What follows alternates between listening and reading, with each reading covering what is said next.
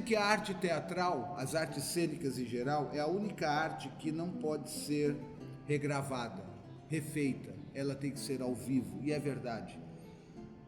As artes cênicas, como o teatro, o circo, a ópera, ela tem que ser ao vivo. Essa é uma grande dificuldade. Tem que ser muito dependente do ator e de quem está em cena.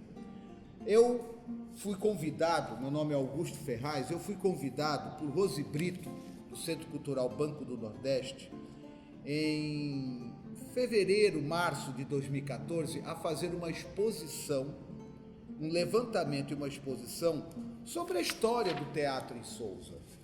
E eu conheço o teatro a partir do grupo do qual pertencia, que é da década de 90 para cá, que é o grupo Teatro Oficina e alguns outros grupos.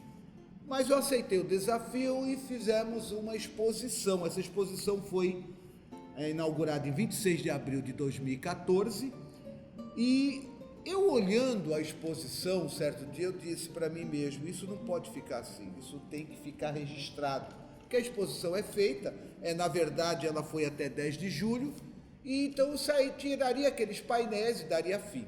Então eu pensei, temos que fazer isso de uma forma que fique registrado.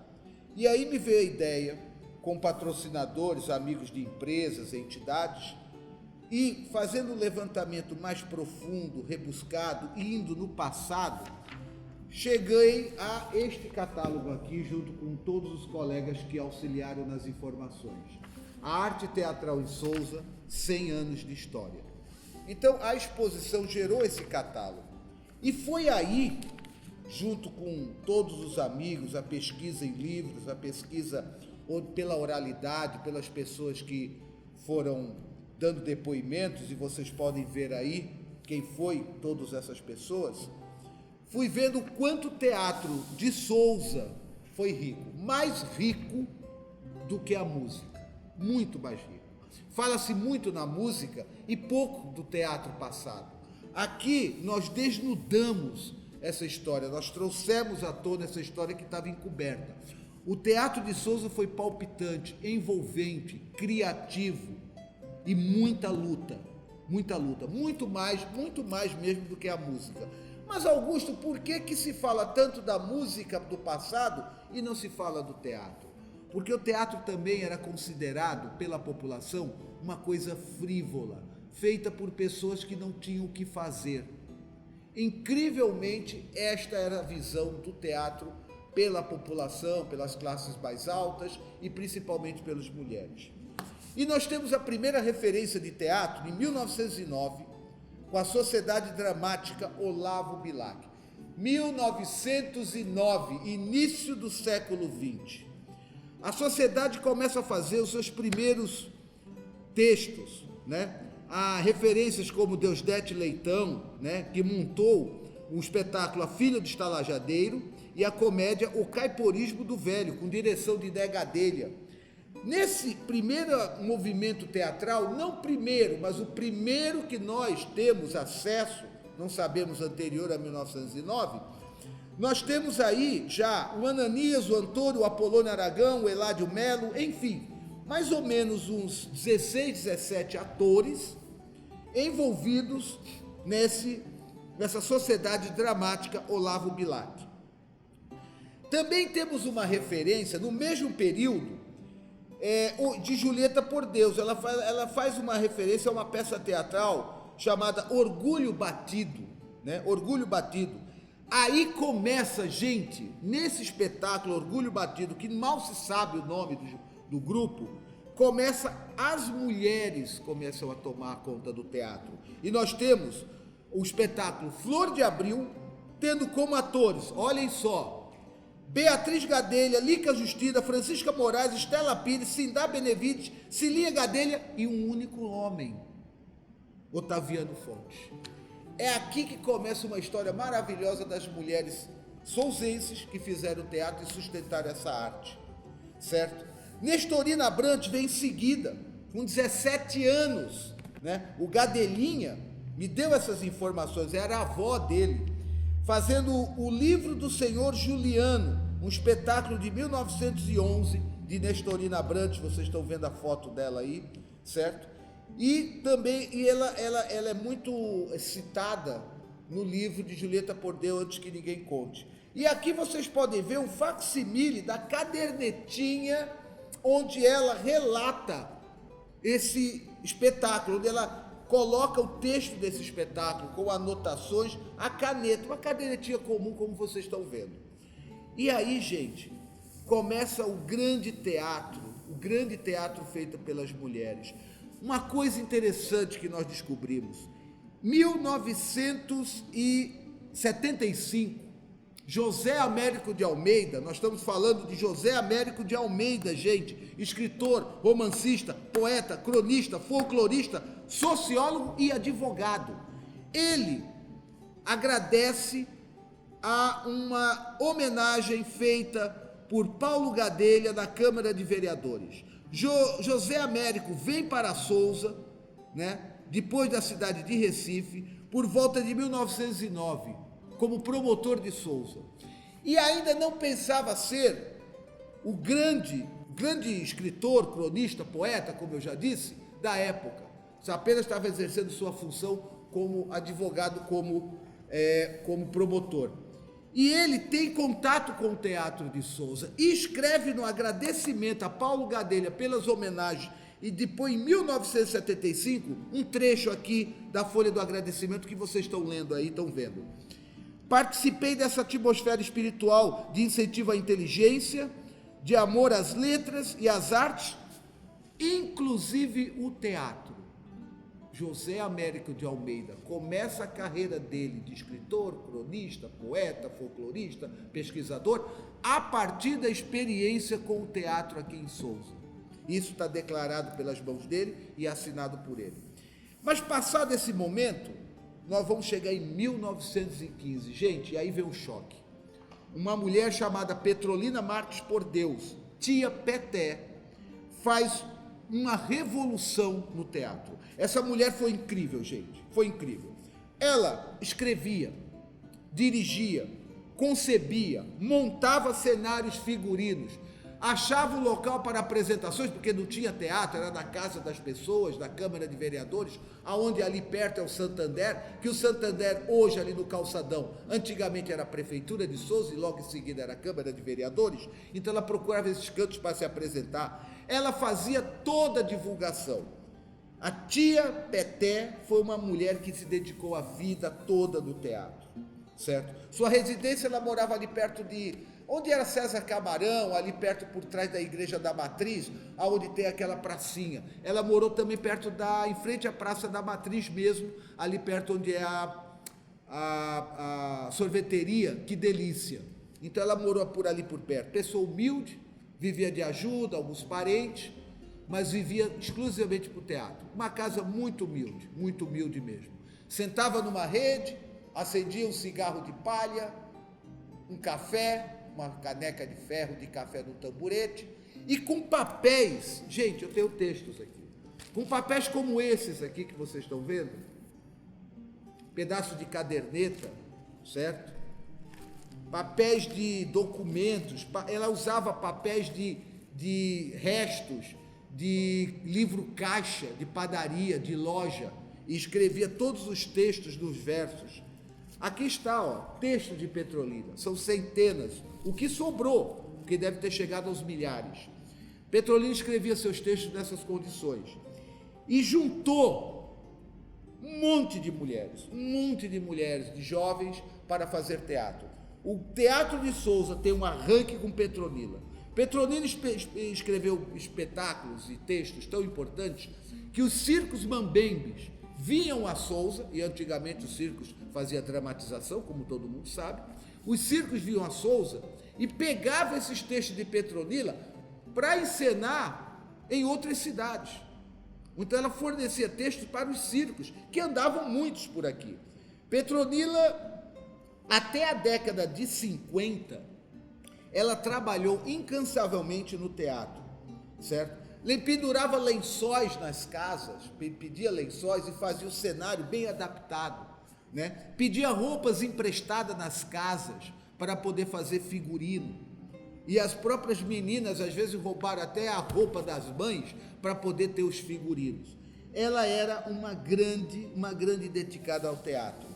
Petronila, ela chegou a escrever dezenas de espetáculos. E tem espetáculos assim com títulos interessantes. No mundo só vale quem tem, certo? Na década de 40, certo? Maria Moraes, né? Ela escreveu, esse nome de espetáculo é incrível, gente, 31 e 32, né? Duas mulheres, certo? Fazendo o papel de dois homens, porque no teatro de Petronila, as mulheres é que mandavam. Pouquíssimos homens talvez tivessem a chance de participar de um espetáculo, mesmo porque os homens não queriam, os homens achavam aquilo frívolo, né? De quem não tem nada para fazer. Então, as mulheres se jogaram no teatro, se jogaram de uma forma fantástica. Nós estamos falando de Águida, nós estamos falando de várias mulheres conhecidas até hoje. Dona Menininha, né? A esposa de Chico Malota.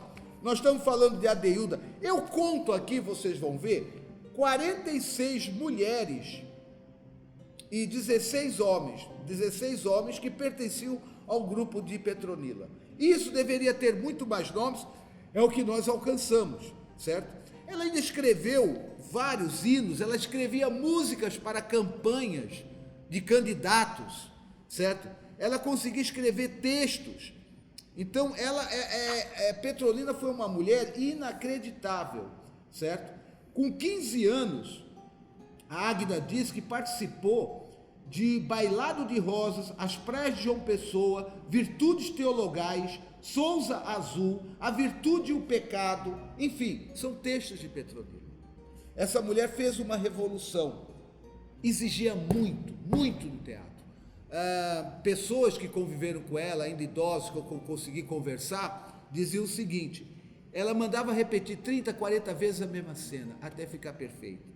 Ela não fazia teatro por brincadeira ou distração, ela fazia teatro porque levava a sério.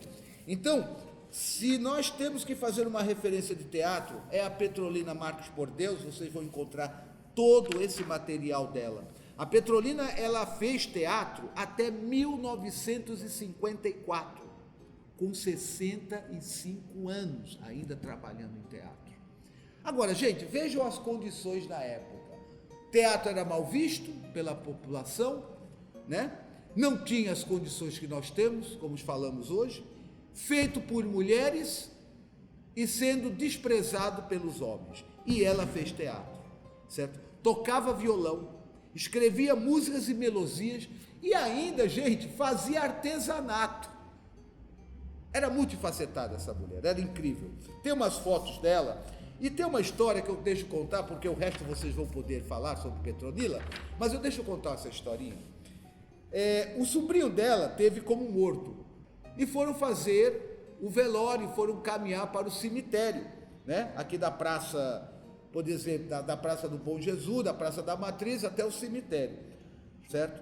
O Antônio Marques por Deus, o sobrinho dela, está carregado no caixão, e dentro do caixão, lá pelas tantas, o Antônio Marques, o sobrinho dela, levantou a tampa do caixão.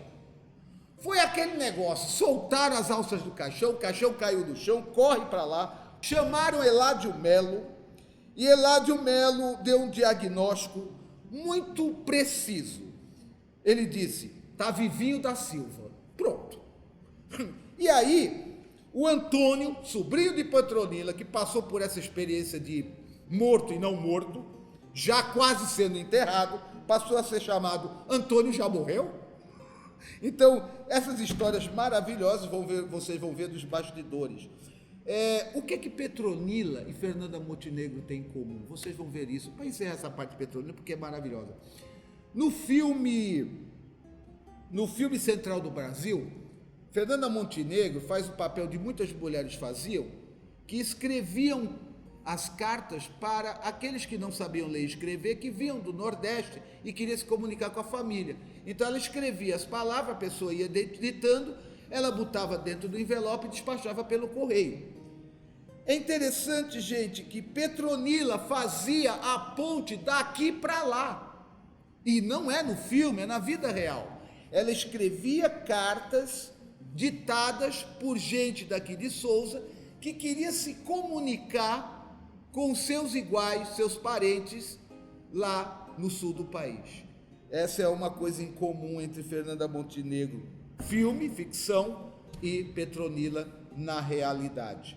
Cartaz? Como é que se faz cartaz hoje, gente? Hoje nós mandamos para a gráfica, ela pegava papelão e pintava. Então, tem coisas interessantíssimas, vale a pena ver. Nós falamos de Petronila, por Deus, tia Peté, mas essa vontade de fazer teatro não acabou com ela, não. Ela seguiu. Ela sai de cena, mas um pouco antes, na década de 20 e 40, algumas manifestações com Petronila no meio e mais a comunidade faziam coisas mais incríveis. A Nau Catarineta é um romance, uma canção de 19 estrofes, né? Cujo conta a história de uma viagem de Olinda a Lisboa pelo Manaus por 1534 a 1554, por aí, nesse período, certo? E essa nau é interceptada por um navio francês, um corsário, e deixa ele sem comida, sem nada no meio do mar. E aí o que eles fazem? Eles passam fome, doença, escorbuto e todo tipo de praga. E ficam rezando. A revelia da situação, a revelia de ventos, ficam derivando no mar, esperando que pudesse chegar a um porto seguro. Morreu muita gente nesse navio, e isso aí é descrito por um romance do poeta Almeida Garrett, lá por 1843. Pois bem, a Nau Catarineta, gente, era encenada em Sousa da Praça da Matriz. Lá pela década de 20 e 40, Julieta, por Deus, nos traz uma descrição dela, e outras pessoas, como Dona Menininha, também fazem, certo? Era na administração de Eládio Melo, né? E o grupo pesquisava, gravava música, fazia tudo, certo? E como que conseguiram fazer isso? Agora imagine, vamos lá. Imagine um barco do tamanho de 2 salas, 2 quartos. Imagine esse barco sobre rodas, todo de madeira, com 15 atores lá em cima, passando ali pela rua estreita, entrando naquela rua na lama, que nada era calçada, e passava pela lateral da Igreja da Matriz e entrava na Praça da Matriz, que não era praça ainda, tinha um coretozinho, mas não tinha mais nada do que isso, na terra batida. E aí, os 15 atores lá em cima, à luz de lampião e tochas, encenavam a Nau Catarineta. E sentado numas arquibancadas improvisadas de madeira tosca, cadeiras trazidas de casa, estava a plateia assistindo aquilo. Vocês imaginem que trabalho deu isso para fazer. Não era fácil. E ainda tinha o Bumba Meu Boi, as pastorinhas, os reisados, ou seja, o folclore também era abordado por esses grupos de teatro, né? Nós estamos falando aí no período de 1920 a 1940. Existiam os cantos. No alto dos seus 92 anos, Dona Menininha ainda conseguiu cantar alguns cantos e declamava o capitão, sob cima cesta de garra: ó guerreiro, meu guerreirinho real, olha se avista a Espanha ou Ares de Portugal. Isso eram os cantos da Nau Catarineta, feito pelos 10, 15, 20 atores que ficavam em cima dessa nau. Era um teatro épico. Senhor capitão, deixe de tanto beber, por causa de sua bebedeira, nós vamos nos perder. Isso também era texto. O Bumba Meu Boi, os pastorinhos, né? Na rua Major Lindolfo Filhos, ali na rua estreita, em frente à casa de Dona Menininha, saía os cortejos, saía todas essas mulheres fazendo teatro. Ana Gadelha Fontes, por volta da década de 40, né? E tantas outras. Também os reisados. Maria Moraes, na década de 40, né? Edilberto Abrantes insiste a existência dos reisados até a década de 50, gente. Década de 50. Coisa fantástica. Natal, Ano Novo, Reis Magos, Dia de Reis, 6 de janeiro, eram comemorados. A única comemoração era feita por essas mulheres intérpretas, elas tinham raça. As pastorinhas também, conhecido como pastoril, também. Então nós temos então aqui, gente, um período que vai até 1950, de 1909 até 1950, 55, 58, dominado pelas mulheres. Poucos homens participavam. E deixa eu me dizer uma coisa a vocês que não tem nada a ver com isso. Enquanto as mulheres dominavam o teatro aqui em Sousa, no mundo, na década de 20, 30, quem estava dominando o cinema? O cinema era dominado pelas mulheres. Não eram só atrizes. As mulheres dominaram o cinema na direção, na atuação, na produção, na administração, na divulgação. Vocês sabem quem dirigiu Chaplin? Uma mulher. Era uma mulher. Na década de 30 tinha uns filmes passando, 20, e tinha uma senhora vendendo frutas e o filho do lado. A senhora vendendo frutas falou: meu filho, tá vendo aí? O que, mãe? Isso aí é o futuro. Por que, mãe? Meu filho, quando alguém vai comprar uma fruta, apalpa, mexe, tira a fruta do lugar e acaba não comprando. Olha lá, filho, eles estão comprando ingressos para uma coisa que ainda não viram. Isso era incrível. E o filho seguiu a carreira de cinema, a mãe foi com ele para o cinema e fundaram uma dessas produtoras, que eu não sei qual é o nome dela, que hoje ainda está em pé. Então, as mulheres tiveram esse papel aqui em Sousa, enquanto existia também esse movimento de mulheres no cinema a nível mundial. Isso é muito interessante. Mas vemos uma pincelada de como as mulheres alavancaram o teatro, colocaram para frente, a exemplo do que se fazia no resto do mundo pelas mulheres.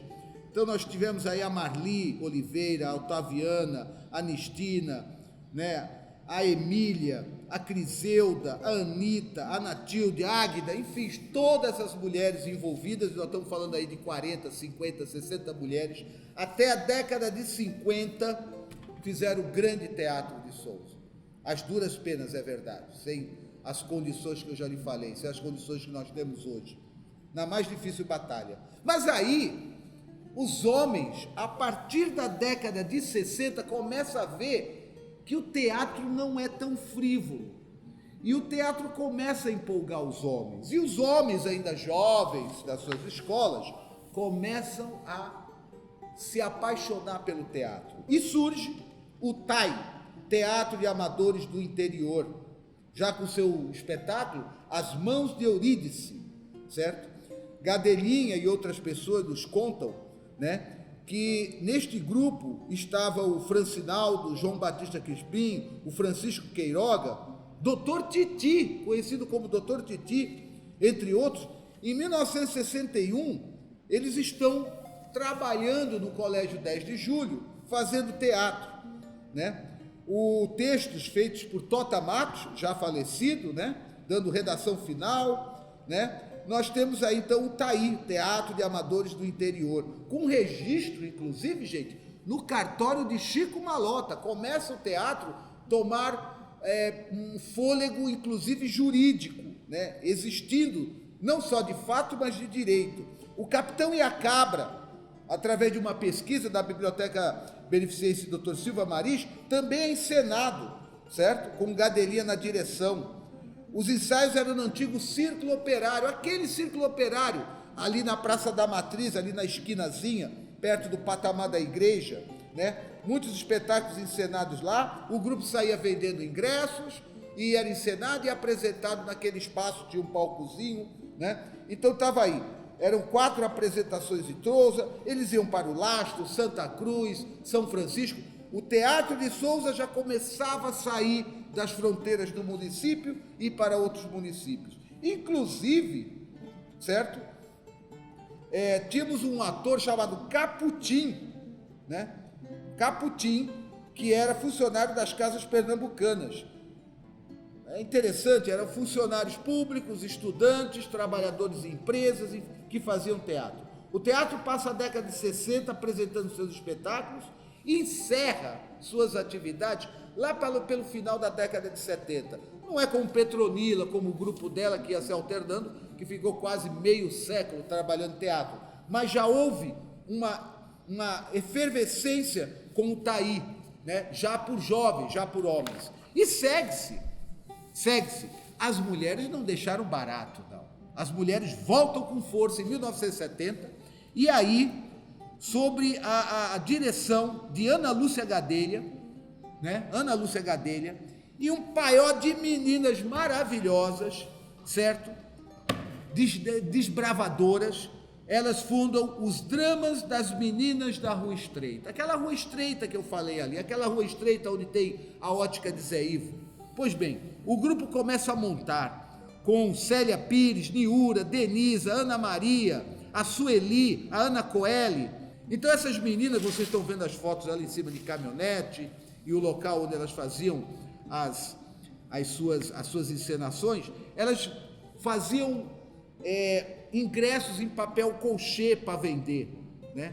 E elas iam atrás de patrocinadores, A própria Ana Lúcia chegava toda dengosa, beijava um, beijava o outro na testa e cativava as empresas, os empresários, e conseguia arrancar alguns recursos para montar seus espetáculos. Elas eram desbravadoras, eram muito incisivas no que queriam fazer.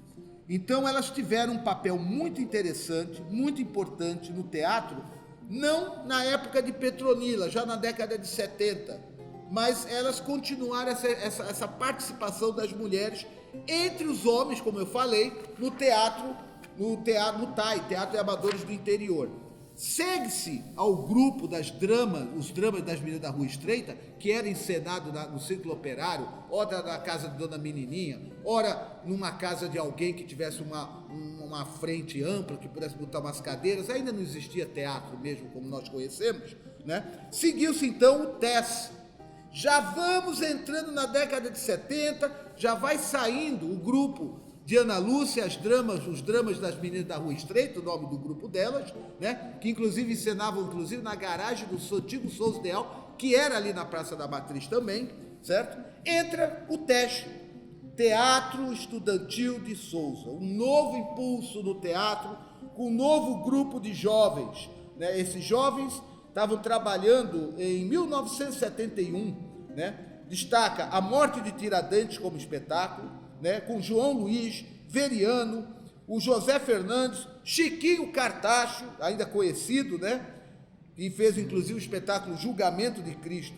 O grupo fez várias produções, começou a trabalhar, os figurinos eram bancados por eles mesmos, né? O restante do material, cenário e tudo mais, eles pegavam emprestado da igreja, do padre, de quem pudesse ajudar, e foram para frente. O primeiro espetáculo foi Só o Amor Constrói, de Vanaldo, com os atores João Luiz, Geraldo Moreno, Norberto, Geni Ferreira e Vanaldo, certo? Lá na escola paroquial Nossa Senhora de Santana, já estamos lá na estação, o teatro já vai para aquela área, né?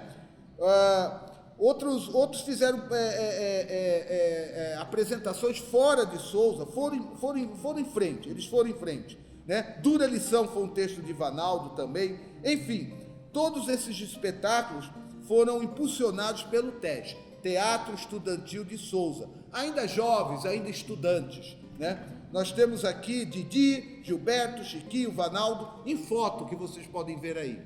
Segue-se ao TES, né? Que fez, inclusive, eu quero dizer esse espetáculo do TES, que é interessante.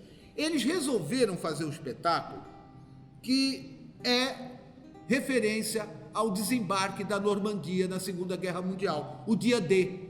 Nós sabemos que foi aonde os aliados começaram a virar a guerra e derrotar Adolf Hitler, né, e a Alemanha nazista. E eles fizeram, né, um espetáculo em cima desse tema, que foi o dia D, junho de 1944, 195 mil soldados, 5 mil navios desembarcaram no litoral francês e conseguiram derrotar Hitler a partir dessa invasão. E eles encenaram essa peça, fizeram ainda Só o Amor Constrói, Dura Lição, Vida e Morte Lampião, O Filho do Sertão, Jacques contra os Vampiros, Assim na Terra como no Céu, e este espetáculo, que eu acho que foi interessantíssimo, o dia D, a invasão à Normandia. Participaram ainda Geraldo Machado, Hinaldo Machado, Ivan, José Fernandes, Licurgo, Norberto, Olímpio, e ainda, gente, mesmo sendo um grupo de homens, ainda tinha a Teresa Neuma como mulher, a Gisélia, certo? Então tinha ainda Maria de Fátima, ainda tinha umas 4, 5 mulheres no mundo desses 20 homens que faziam o teste. Na década de 70 vai terminando, entra a década de 80, e nós vamos ter, gente, a grande segunda virada do teatro souzense. Tivemos, em 1909, a Sociedade Olavo Bilac, tivemos o grande avanço, o grande surgimento do teatro com Petronila Por Deus, tia Peté, até a década de 50, e depois veio as meninas fazendo teatro, né? Veio os homens começando a tomar conta do teatro, mas ainda de forma pequena, de forma estudantil, mas fazendo teatro, mantendo essa chama das artes cênicas viva. Até que, na década de 70, surge o TAIS, o Grupo Teatro Amador de Souza. E aí sim, gente, aí sim, um outro salto gigantesco é dado no teatro souzense. Todos que estão hoje, inclusive o Grupo Teatro Oficina e tudo que veio depois até hoje, veio a partir do TAIS, do Teatro Amador de Souza, que eu poderia dizer, está escrito aqui, passou centenas de pessoas, não foi dezenas, centenas de pessoas passaram por décadas com o TAIS, com Chico Cardoso, conhecido como radialista, escritor, jornalista, mas uma peça fundamental foi ele como diretor, ator e comandante do TAIS, Teatro Amador de Souza. Mas essa história nós vamos contar numa segunda etapa, certo? No segundo DOC, que vocês vão aguardar. Quem desejar ter esse catálogo mais a miúde, ler, as páginas estão todas disponibilizadas abaixo do vídeo, certo? Da descrição do vídeo. Vocês podem fazer o download neste link aí, certo? E vocês vão ter todo o catálogo em PDF. Vale a pena porque tem história. Leiam os bastidores, gente, os bastidores. Eu vou colocar aqui, ó. São essas partes em cinza. Aqui são coisas, fatos pitorescos, engraçados que aconteceram, como aquela do Antônio que ficou dentro do caixão, se lembra? O sobrinho de Petronila. Então vale a pena ler isso aqui, pode imprimir, certo? E ler, porque vale a pena. Então vamos aguardar o segundo DOC e a segunda fase da explosão do Teatro de Souza com o Teatro Amador de Souza.